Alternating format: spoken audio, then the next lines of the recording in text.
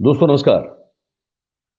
4 PM Gujarat, 4 PM network और दस्तक में आप सबका बहुत बहुत स्वागत है। और मैं हूं आपका दोस्त मयूर जानी। और आप देख रहे हैं कि पिछले कुछ दिनों से हम जम्मू कश्मीर को लेकर जो है चर्चा कर रहे हैं। और चर्चा इसलिए शुरू हुई है, हमको लगा कि इसको इसलिए करना चाहिए क्योंकि एक तो 4 साल से ऊपर हो गया इस स्टेट में इलेक्ट्रोल जो है पॉलिटिक्स वो नहीं है। वो यूनियन टेरिटरी के तौर पे वहाँ पे एलजी के द्वारा शासन किया जा रहा है, जो केंद्र में बैठी हुई सरकार जो है बीजेपी की वो कर रही है। और आगे अभी तक ये समझ में नहीं आ रहा है कि ये कब तक वहाँ चुनाव घोषित हो सकते हैं। और उसके साथ साथ राहुल गांधी साहब ने जब क्योंकि अपनी भारत जोड़ो यात्रा का अंतिम चरण जो है वो जम्मू कश्मीर में शुरू कर दिया है, तो हमको लगा कि हमको ये समझना चाहिए कि जम्मू कश्मीर के हालात क्या हैं।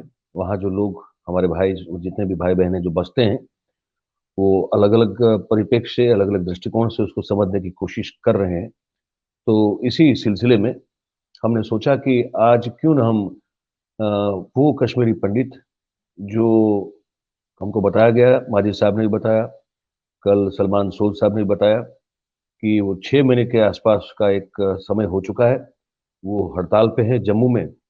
और उनकी मांग ये है कि भई जो टारगेटेड किलिंग हो रहे हैं, उनसे उनको सुरक्षित रखा जाए।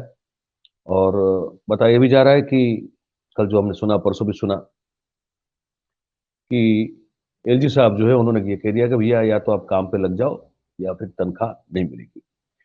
और वही कश्मीरी पंडित जो हैं वो फिर पता कल चला हमको, परसों भी चला कि वो राहुल गांधी साहब से खुद जाके मिले और फिर वहाँ पे जो उनका कैंप है अभी जम्मू में, वहाँ भी उनको आमंत्रित किया और अपनी जो तकलीफ और कठिनाई है, समस्या है, उस पर उन्होंने अपनी बात रखी। क्योंकि राहुल गांधी एक सिर्फ राजनेता नहीं है, वो चुने हुए सांसद भी हैं। लोकसभा में वो बतौर सांसद बैठते हैं। तो ये सब होते-होते हमको लगा कि क्यों ना हम कश्मीरी पंडित जो हैं, उनका भी एक पक्ष ले लें, उनकी भी बात सुनें और देश में लोगों तक पहुँचाएँ कि वो क्या फेस कर रहे हैं, वो किन-किन चीज़ों का सामना कर रहे हैं। तो हमने आज आमंत्रित किया है भूषण लाल भट्ट साहब को, खुद कश्मीरी पंडित हैं। और उनका एक पॉलिटिकल बैकग्राउंड भी है, मैं बता दूँ आपको, थोड़ा परिचय आपको दे दूँ मैं, कि वो बेसिकली नेशनल कॉन्फ्रेंस के साथ भी जुड़े हुए हैं। वो उनका जो माइनॉरिटी सेल है, उनके अध्यक्ष हैं, 2 बार एमएलसी रह चुके हैं वहाँ पे। और पर आज हमने उनको जो आमंत्रित किया है, वो एक राजनीतिक पार्टी के नुमाइंदे के तौर पर नहीं किया है। आज क्योंकि वो कश्मीरी पंडित हैं और वहाँ जो इनका आंदोलन चल रहा है, उनके बिल्कुल समर्थन में है, ये हमको बताया गया, उन्होंने बताया। तो आज एक कश्मीरी पंडित की हैसियत से हम उनसे बात करना चाहते हैं, रूबरू होना चाहते हैं और उनको भी हमारे जो व्यूअर्स हैं, उनके साथ रूबरू करवाना चाहते हैं। तो भट्ट साहब आपका बहुत-बहुत स्वागत है। आपने आज समय निकाला है और बात करने के लिए आज आप उपस्थित हुए हैं। भट्ट साहब, अब सबसे पहला सवाल आपसे मैं पूछना चाहूँगा हमारे दर्शकों के लिए, वो ये है कि ये जो बताया जा रहा है कि हमारे जो कश्मीरी पंडित भाई-बहन हैं, वो हड़ताल पे बैठे हैं, स्ट्राइक पे बैठे हैं। टारगेटेड जो उनका असैसिनेशन हो रहा है, किलिंग्स जो हो रहे हैं, उसके विरोध में। और एलजी साहब जो है वो कह रहे हैं कि आपको काम पे लग जाना होगा और उसके बाद वो जो स्थिति अभी बनी हुई है, उस पर आपका कमेंट, पहला कमेंट बताइए क्या है? कैसे देखते हैं आप बतौर कश्मीरी पंडित? देखिए जनाब, आज 32 साल हो गए हम अपने ही देश में बेघर हो गए। मानता हूं कि हम उन हालात से, वहां किन हालात से निकले वो हम जानते हैं। हमारी माएँ, हमारी बहनें सब जानती हैं कि किस हालात में हमें निकला। उस वक्त भी यही टारगेट किलिंग्स थी।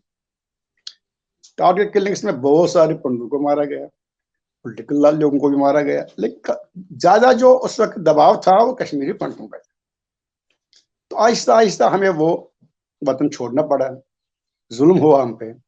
जम्मू में जहां 47 डिग्री गर्मी, इसमें हम बैठे, तंबू लगाए, टेंट, और जम्मू के कुछ लोग जिन्होंने अपने घर खाली किए, जहां भैंसे होती है, जानवर होते हैं, उन रूमों में भी हम बैठे, टेंटों में बैठे, सांप ने डसा। आहिस्ता आहिस्ता आहिस्ता हम किसी मुकाम पर पहुंच गए। हमारे सामने उसका मसला ये नहीं था कि हमें मारेंगे, हमारे सामने मसला था हमारे छोटे छोटे बच्चों जो इसका शिकार होते, इनकी पढ़ाई गई, वहां स्कूल चलाए गए।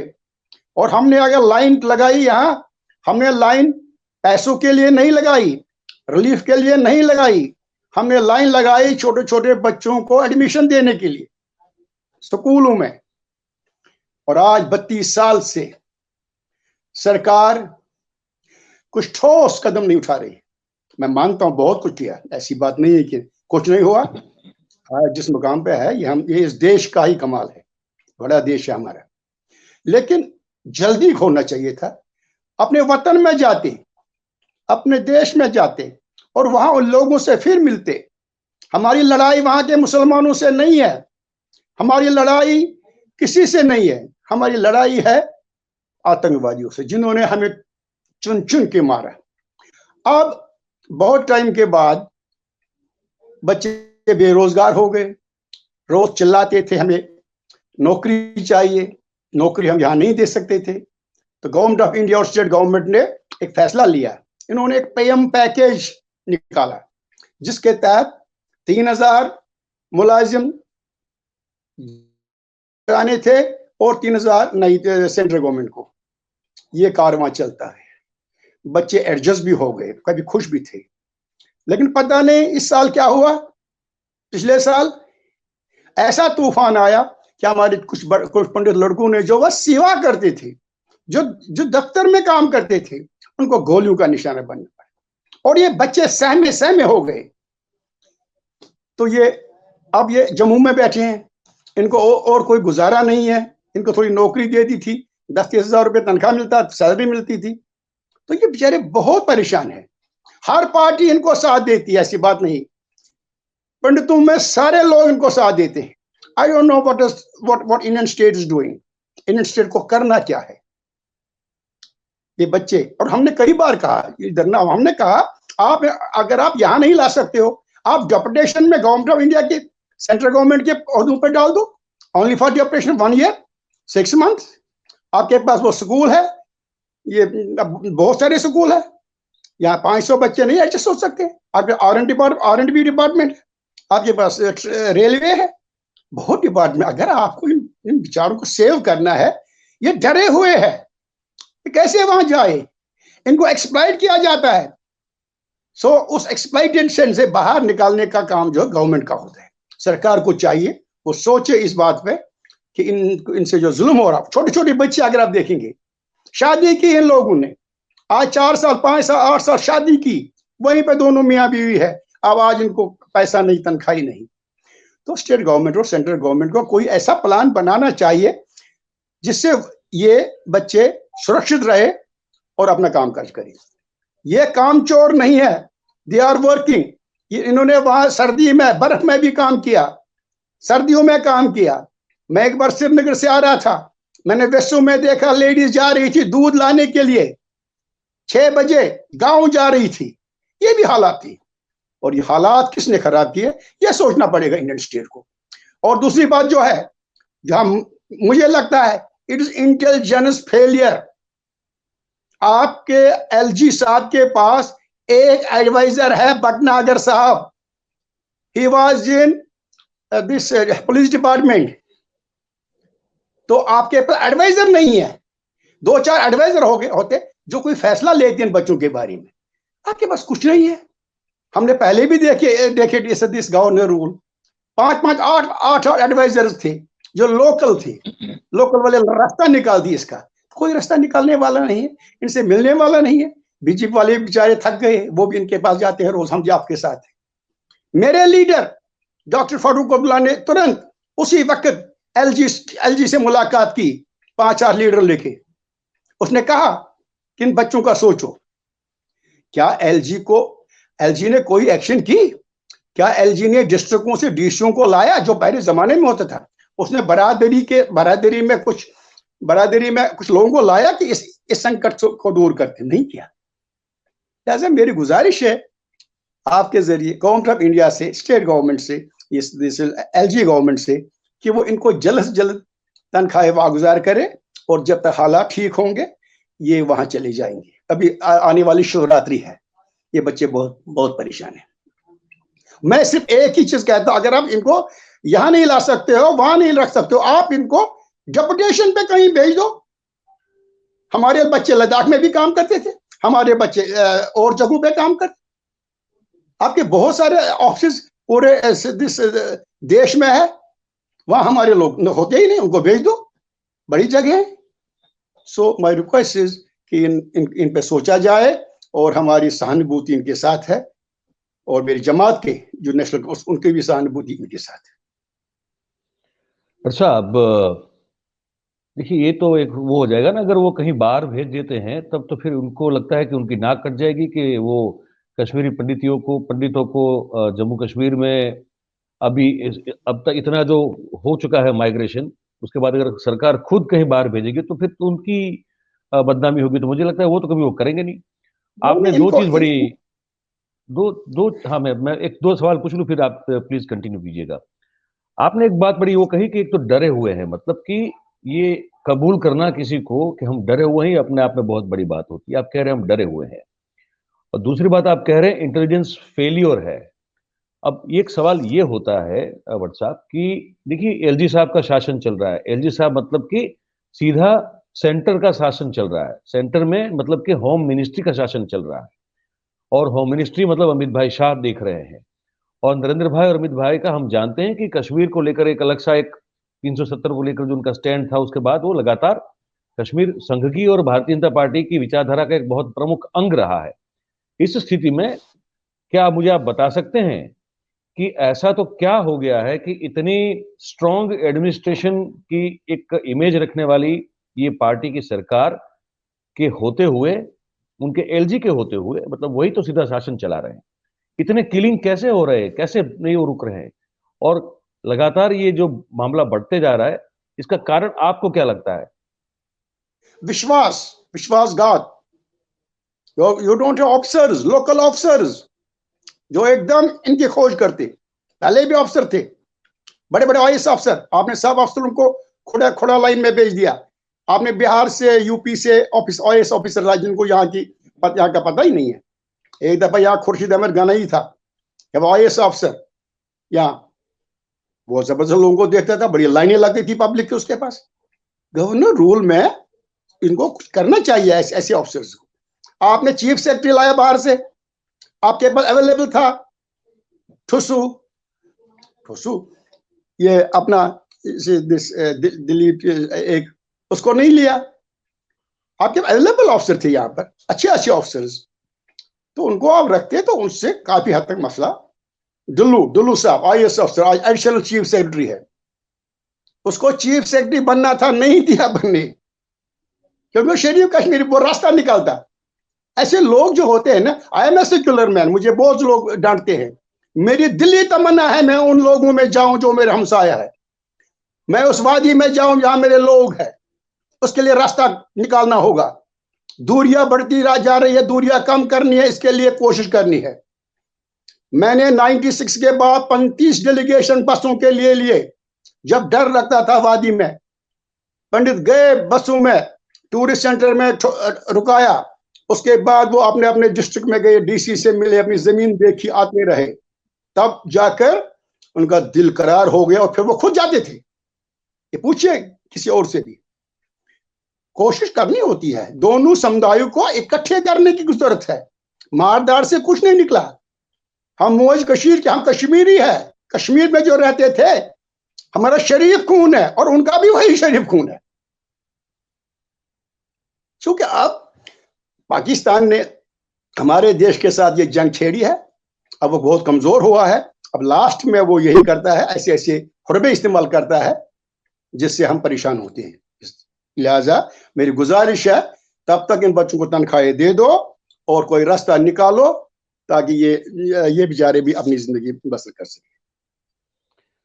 आपने एक चीज तो बड़ी बहुत महत्वपूर्ण कही, बहुत बड़ी इंपॉर्टेंट कही आपने, कि जो एडमिनिस्ट्रेशन है, वो अफसर हैं, वो वहां के नहीं हैं, वो कश्मीर को ठीक से, जम्मू कश्मीर को नहीं जानते हैं, तो उनको पता ही नहीं है कि इनसे कैसे डील किया जाए या कैसे इस स्थिति में काम किया जाए। ये आपको लगता है कि बहुत बड़ा कारण है? आप यकीन नहीं करें, मैं 1974 से एक राजनीति पार्टी में हूं। मुझे भी खतरा था, मुझे एक पीएसओ जिप्सी थी, मैं जाता था। अब आप यकीन नहीं करेंगे, 2-3 साल पहले मेरे पीएसओ भी उठाए कि मैं न जाऊं। शायद मैं आज भी जाता वहां, लोगों से ऐसे बोलता, मेहरबानी करो, क्या हुआ आप लोगों को, क्या कसूर है हमारा, हम भाई भाई है, ये वो भी खराब होंगे, हम भी खराब होंगे। हमें एक ऐसा रास्ता निकालना पड़ेगा कश्मीरी मुसलमानों, कश्मीरी हिंदू को, ताकि फिर वो बाहर आई। बाहर इस तरह नहीं आएगी जो राजनीति से आएगी, मंत्री बनने से, चीफ मिनिस्टर बनने से नहीं आएगा, प्यार मोहब्बत बांटने से होगा,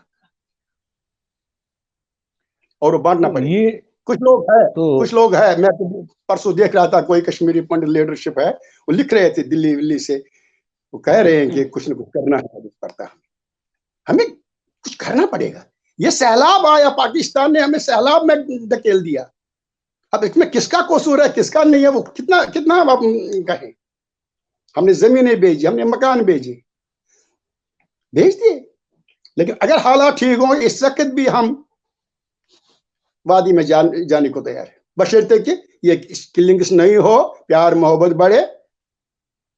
बच्चे जाते हैं वहां स्कूल, मेरे रिलेटिव के बच्चे 2 स्कूल जाते हैं, विश्व से खन्नाबल, बस में जाते हैं। अब आज वो 3-4 महीने से बेचारे स्कूल भी नहीं जाते, डर है उनको। इसके लिए गवर्नमेंट को बात कर, उसने कुछ कश्मीर पंडितों को लाया, उसने कोई अच्छे मुदब्बिर इंसानों को लाया, उसने विजय बकाया को लाया, वो भी 2 बातें करता, उसने डॉक्टर अग्निशेखर को लाया, इन्होंने आरएसएस के लड़कों को भी लाना था, सेक्युलर फौज को भी लाना था, भाई कुछ रास्ता निकालते। ये बच्चे परेशान हैं, सड़क पर बैठे हैं, गर्मी में, सर्दी में, और मुझसे रहा नहीं जाता है। मैं उनके पास जाता हूं कम, एक बार गया था, मैं नहीं जाता हूं, मुझे बहुत दुख होता है। ये प्यारे प्यारे बच्चे आज परेशान हैं, लिहाजा आपके थ्रू। यस जी भट्ट साहब, मैं ये भी अपने हमारे दर्शकों को बताएं कि जैसे वो तो समझ रहे हैं कि वहाँ बैठे हैं, ये मुझे बताया गया कि अगस्त से बैठे हैं और तनख्वाह, या तो अगस्त से उनको तनख्वाह नहीं मिल रही है। तो ये बता दें अगर कि किन किन तकलीफों का, मतलब एक इस पूरे माहौल में जब इस तरह से वो बैठे हैं, तनख्वाह उनको दी नहीं जा रही है, क्या क्या तकलीफ फेस कर रहे हैं हमारे जो पंडित भाई हैं वो?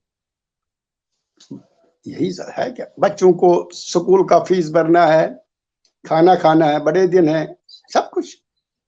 जब जिसी को हमने, एक फैमिली बन गई, उसने 8 साल पहले शादी की, वो टीचर लग गया, और उसके बाद उसे एक लड़का मिला वहां पर, उससे शादी कर दी हमने, क्योंकि वो कश्मीर में थे।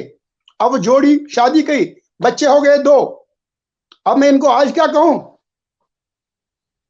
And I was a part of this. जब मैं चला रहा था, इनके 13,000 लोग हमारे रिटायर हो गए, हमें इनको कोटा दे दो, ये कहां जाएंगे, कहां जाते बच्चे। हम चिल्ला कर असेंबली में बोले, फिर उस वक्त के लीडर ने कहा कि मैं इनको यहां नौकरी देता, जम्मू वाले मानेंगे नहीं। फिर उन्होंने गवर्नमेंट ऑफ इंडिया से फैसला किया कि हम इनको अपने ही, वहां का हक है इनको वहां पर, वहां के ये पोस्टें निकाले, और ये गए। किस तरह गए हम जानते हैं, इनको खड़ा किया हमने, इनके पीछे हम रहे, और आज हम पीछे नहीं रह भी नहीं सकते, आज हम हमारा गिरेबान पकड़ सकते हैं। लिहाजा जनाब, ये हम चाहते हैं अच्छा ही हो, हम अच्छे के लिए देखना चाहते हैं। और वो लोग जिनके दिल में था कि वो अपने घर जाए, वो मर गए, वोट नहीं कर सके, उनको अरमान रहा जो आप वादी में जाते। अब देखिए, परसों 2-4 लोग जो घरों से मारे गए, बेचारे वहां बैठे थे इतने टाइम से, क्यों? और डीसी ने बोला मुझे नहीं पता, तुम जाओ। What is this? Is this DC? देवकाम ने बोला, देवकाम के पास लड़का गया था, जैसे बैठे हो वैसे बैठो, उनसे कंप्रोमाइज करो। कंप्रोमाइज करना था कि मैं गन उठाऊं, उनका गन भी हाथ में उठाऊं, उनके साथ चलो। So it is matter of this intelligence agencies. आपने डिपार्टमेंट में, इंटेलिजेंस डिपार्टमेंट में थानेदार को पता होना चाहिए कि उसके इलाके में कौन अच्छा है, कौन है, कौन क्या है। हरकतें होती है, एक थानेदार जिम्मेदार होता है अपने अपने एरिया का। कौन सी जिम्मेदारी आई? इतना फौज है वहां, इतनी पुलिस है, कितने लोग लगाए नौकरियों में, बहुत नौकरी, एसपीओ लगाए, पीएसओ लगाए, और उसके बाद हम इसको ठीक नहीं। अगर आपका सरहद खुला है तो हमें माफ कीजिए, हम जम्मू में ही ठीक है, और जम्मू में भी मुझे नहीं पता किस हमें निकलना होगा। सो माय रिक्वेस्ट इज, इनको इस पे सोचना पड़ेगा। और इलेक्शन जो आपने बोला, I don't think they are going to do election, I don't know, अभी ये नहीं करेंगे। मैंने कहा आप ही आ जाओ, लेट बीजेपी कम इन पावर, लेट पीडीपी कम, लेट एनीबडी कम रिप्रेजेंटेटिव। पब्लिक तो जाएगी ना उसके पास। वो हम जानते हैं, जब हम रिप्रेजेंटेटिव थे हमारे घरों में कैसे लाइन लगाते थे, चाय की प्याली पिला पिला कर फोन करते थे, इसको ट्रांसफर करो, इसको हेल्प करो, इसको ये करो। तो नुमाइंदे इसीलिए होते, आपने नुमाइंदे भी हटा दिए। इट्स ए ब्यूरोक्रेटिक रोल, और ब्यूरोक्रेट्स वो जिनको जान पहचान नहीं है। भूषण लाल भट्ट कौन है, वो अग्निशेखर कौन है। So my request to government of India. Bhatt साहब, एक सवाल मैं पूछना चाहता हूं जो बड़ा एक मुझे लगता है बड़ा इंपॉर्टेंट, बड़ा महत्वपूर्ण सवाल होगा। देखिए, ये जब भारतीय जनता पार्टी ने पीडीपी के साथ मिलकर जो कुछ 4 सवा 4 सरकार वहां पे बनाई कश्मीर में, जम्मू कश्मीर में, तो मैं ये पूछना चाहता हूं कि क्या उस दौरान कभी इस तरह के टारगेटेड किलिंग होते थे? पहली बात। नहीं ना। अच्छा, अच्छा, दूसरी बात कि जम्मू में भारतीय जनता पार्टी को मतलब मैक्सिमम जो विक्ट्री मिली थी वो जम्मू क्षेत्र से मिली थी, ठीक है? तो मतलब कि जो हमारे जो पंडित भाई जो वहां पे रहते हैं और डोगरा हैं, वो बाकी और भी लोग हैं, उन सब ने मैक्सिमम जो है भारतीय जनता पार्टी को वोट देके जिताया था। ये बात भी सही है? ये गुस्सा था, ये गुस्सा था जो हमें 32 साल देखना पड़ा। ये गुस्सा है कि हमने इनको वोट दिया, गुस्से में। अच्छा, जो हमें किस चीज का, अच्छा किस चीज का गुस्सा, किस चीज यही का जो गुस्सा हमें था, ये पहले बता दो। यहाँ 30 साल हमें देखना पड़ा। 30 साल हम सड़कों पे थे, 30 साल हम टेंटों में थे। हेल्प भी हुआ, ऐसी बात नहीं है, काफी हेल्प हुआ। अगर आप देखें कि कितना पैसा लगा, कैंपों में कैंप बनाए, लेकिन कहाँ कैंप, एक 5 मंजिल 4 मंजिल मकान में रहने वाले को हम एक टेंट में रखेंगे, एक 1 रूम सेट में? वो हम जानते हैं कि हमने कितना तकलीफ उठाया। अगर हम इनको बंगला भी देंगे, वो भी सेक्शन, अगर एक एक बंगला भी देंगे, वो भी सेक्शन नहीं है। जो आनंद जो उनको अपने घरों में, चाहे गरीब थे अमीर थे, अपना धान निकलता था, अपनी सब्जी निकलती थी, अपना प्यार मोहब्बत था, वो हमें छीना गया। उसकी हमें उसकी तलाश करने दो इनको they should forget these things, military, this communalism, this that. अरे एक हो जाओ सब। अगर आप कहते हो सबका साथ सबका विकास, तो वही करो। अच्छे लोगों को सामने लाना जो बात करे, ऐसे लोगों को लाओ जो बात करे। पॉलिटिकल पार्टीज को सबको जमा करो, उनको बोलो इसका हल क्या है, इन बच्चों को कैसे बचाएंगे। They will go and they will direct their cadre. Don't kill them, don't beat them. अपने कार्डर को कह सकते हैं, इन्होंने ऐसा भी नहीं किया। आओ पार्टी मीटिंग बनाते, अपने अपने कॉन्स्टिट्यूएंसी में जो पहले एमएलए था, जो बनने वाला, इनको बोलते यार अपने इलाके में देखो कोई गलत काम नहीं होना चाहिए। बहुत बहुत किस्से हैं जो मैं क्या कहूं। मैं सिर्फ यही कहूंगा कि भगवान करे हमें अक्ल आए, और फिर वो मिलनसार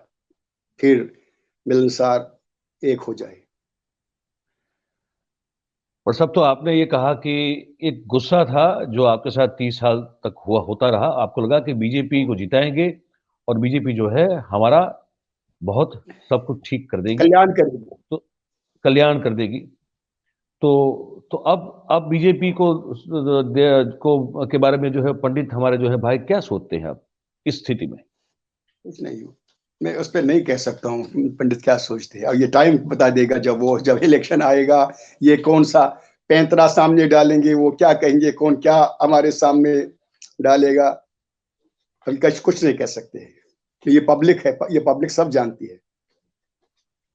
नहीं, वो तो ठीक है सर, लेकिन मैं ये पूछना चाहता हूं कि क्या भारतीय जनता पार्टी हमारे कश्मीरी पंडित भाइयों की जो अपेक्षा थी, एक्सपेक्टेशन थी, उस पर खरी उतरी है? ये आपको लगता है कि खरी उतरी है या क्या नहीं, या तो क्या लगता है आपको जिस नहीं, जिस वजह से आपने काम जिताया था? नहीं किए, कुछ काम किए, कुछ उल्टे काम किए, जिनका जिनका ये जो कुछ भी हो रहा है हमें मारना पड़ा। उन्होंने कहा आपका जमीन वापस मिलेगा। तो भट्ट साहब, मैं ये पूछना चाहता था कि जिस गुस्से में आपने वोटिंग की प्रो बीजेपी और बीजेपी को सत्ता में बिठाया, उसके बाद अब इतने समय से वहां एक एलजी का शासन चल रहा है, यूनियन टेरिटरी के तौर पर आप लोग हैं और आप अभी इस हालात में है, तो जिस सोच से आपने बीजेपी को जिताया था, जिस उम्मीद से आपने जिताया था, क्या वो उम्मीद पे बीजेपी खरी उतरी है? नहीं, नहीं, अभी तक नहीं।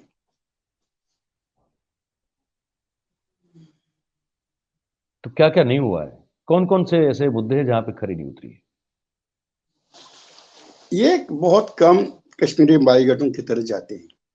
हम मंत्री को हफ्ते में एक बार लेते थे, हम कैंपों में वहां पर मसले हल करते थे। इनका कोई अफसर नहीं आता कैंपों में, कोई बाहर नहीं आता है। पब्लिक पब्लिक को देखता ही नहीं कोई। 2 साल से वो धरने पर है, बोलते हमारा ये बढ़ा दो रिलीफ, तो वो नहीं बढ़ाया। हमने 4 बार बढ़ाई जब हमारी सरकारें थी, तो रिलीफ नहीं आया। इनको क्या करें बेचारे? ये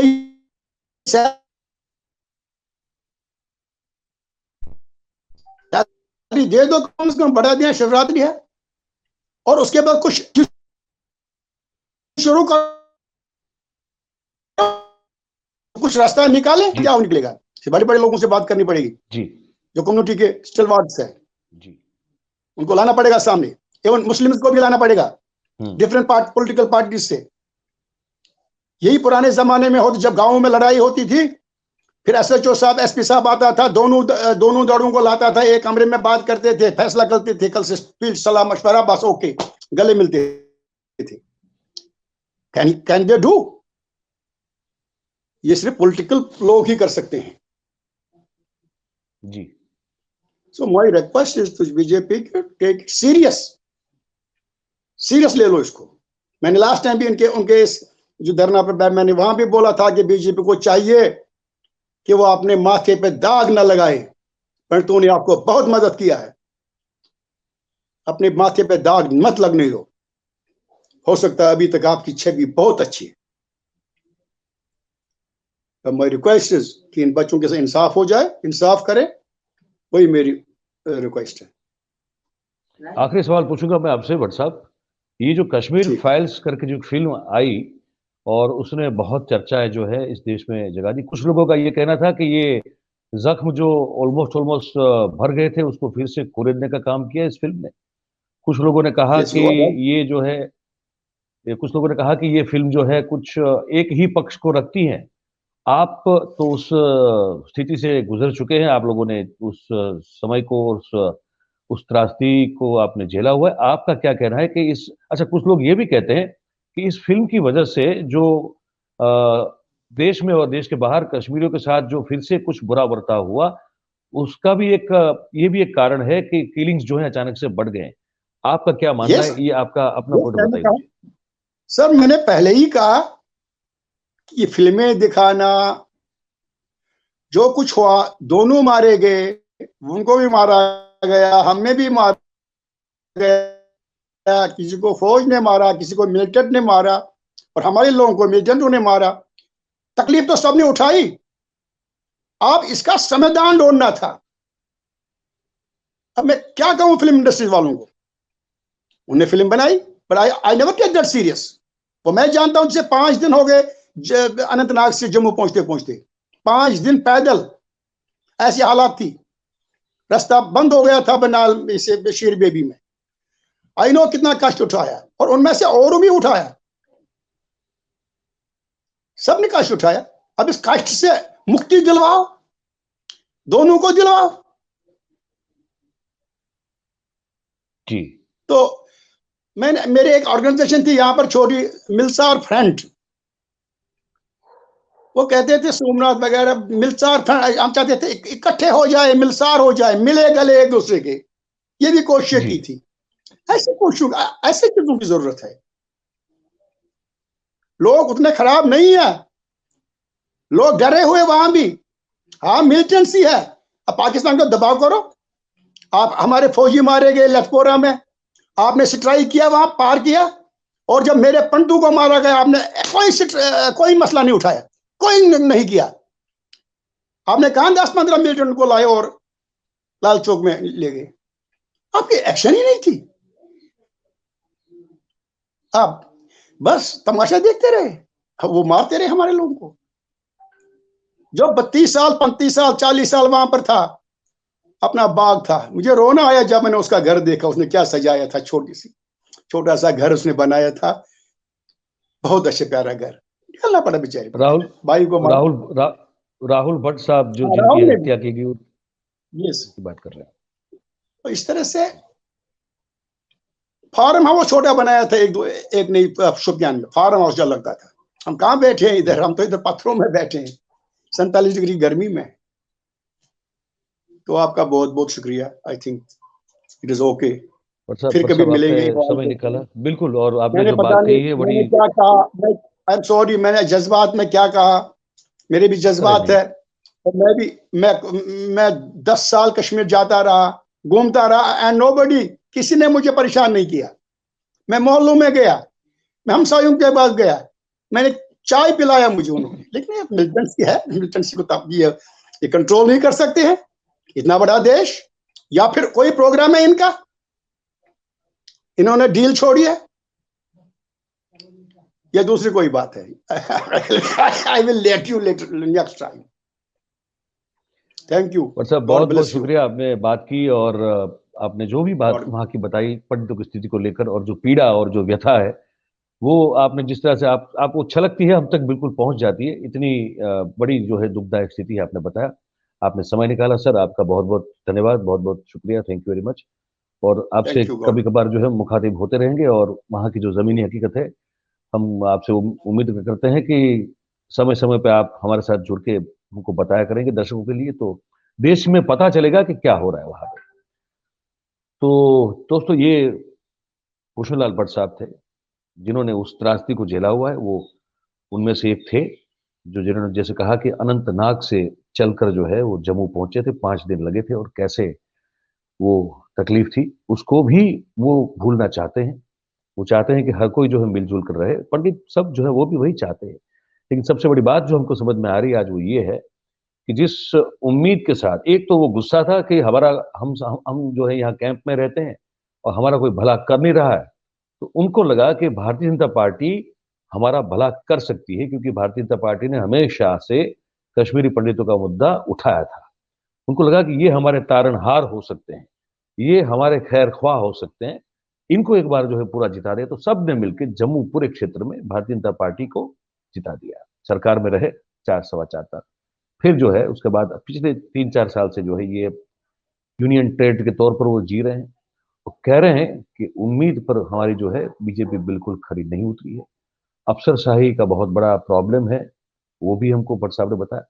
हम उम्मीद करते हैं कि ये जो हमने आज बातचीत की है, हम वहां तो नहीं पहुंच पाए हैं अभी, लेकिन वहां से हम लोगों को जोड़ रहे हैं और आप तक बात पहुंचाने की कोशिश कर रहे हैं। तो ये कार्यक्रम कैसा लगता है, ये आप हमको जरूर, आप अपनी कमेंट में हमको बताएं। जैसा भी लगता हो आप हमको बताएं, बिल्कुल आपकी जो भी कमेंट रहेगी हमको, वो जो है उस पर हम समझ पाएंगे, वो हमारे सर आंखों पे रहेगी। और जैसे हम कहते रहते हैं कि भैया ये इसको जो है आप 4 PM गुजरात को भी बहुत जो है जितना हो सके उतना आप सब्सक्राइब कीजिए, करवाइए और शेयर कीजिए इसको। अगर अच्छा लगता है तो दूसरे लोगों तक पहुंचाइए और लाइक कीजिए। और आपकी ये सब जो जेस्चर होते हैं, इनसे हमारा हौसला बढ़ता रहता है। तो बस यही था। अब आप सबको शुभ रात्रि करने का समय आ चुका है, तो सबको बहुत बहुत शुभ रात्रि। फिर मिलते हैं किसी और मुद्दे के साथ, और अभी मुझे आज्ञा दीजिए। आप सबका बहुत बहुत आभार। Thank you very much. नमस्कार।